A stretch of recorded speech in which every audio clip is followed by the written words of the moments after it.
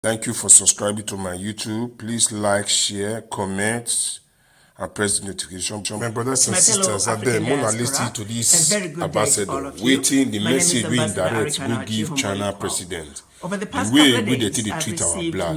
Mona listen. I bet Mona try subscribe to my YouTube channel, like, and press the notification button. Comment below the session box. As you do that, God bless you.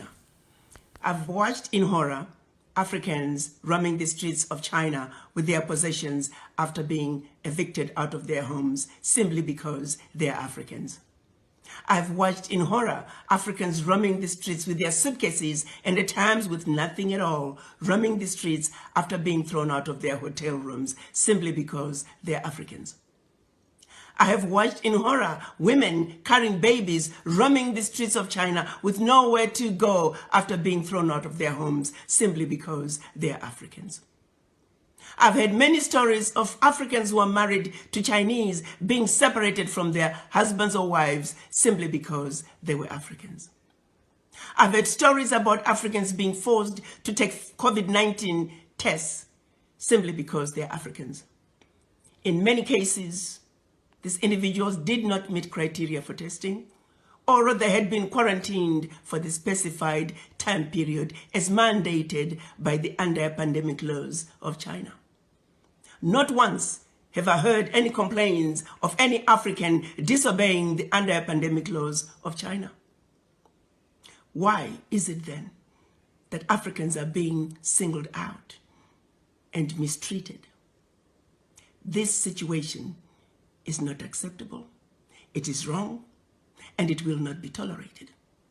To President Xi, I say, while you have enjoyed good relationships with all the African leaders, it is precisely because of that you should do the right thing. You are sitting in the big boy's chair, and we are asking you to make the big boy decisions. We're counting on you to make sure that the Africans that are roaming the streets and have been evicted from their homes be allowed to go back home.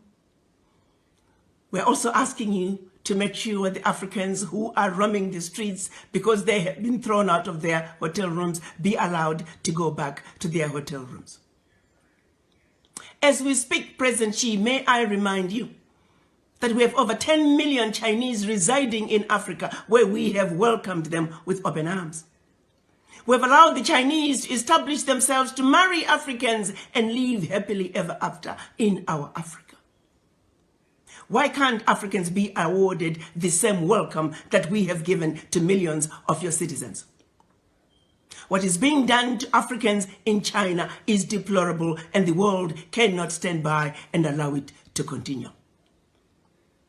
While we understand that the majority of the Chinese are good people, they're good citizens in China as well as in Africa. However, sadly, among them, there are a few bad apples. A few bad apples that have chosen to give China a bad name. A few bad apples that are making China look bad in the eyes of the Africans. This is a situation that cannot be allowed to continue. President Xi, you are a good man. And we would like the relationship between China and the African governments to continue unabated. But the behavior that's coming from a few of your citizens will not be tolerated. And we're counting on you to do what is right, to do what is just, and to do what is fair. The Africans are no longer going to tolerate this abuse. From the Chinese or anybody else for that matter. The African youth are enraged. We're asking, when is enough going to be enough? President Xi, the power is in your hands. We value, as Africans, our relationship with China. Please do not allow a few bad apples within your citizens to ruin what is otherwise a wonderful relationship between China and the African countries. As a united citizens, as a united African citizens in the diaspora, we are asking you, President Xi, to do what is right, to do what is just, and to do what is fair. The children of Africa are saying, enough is enough. The abuse of Africans at home and abroad be it in China or on the continent, has got to stop. You may not be aware of some of these abuses, but as a united African citizenry in the diaspora, we hope you will receive our message in the spirit with which it is being delivered to you. You are a good man, President Xi. We trust you will do the right thing. I thank you.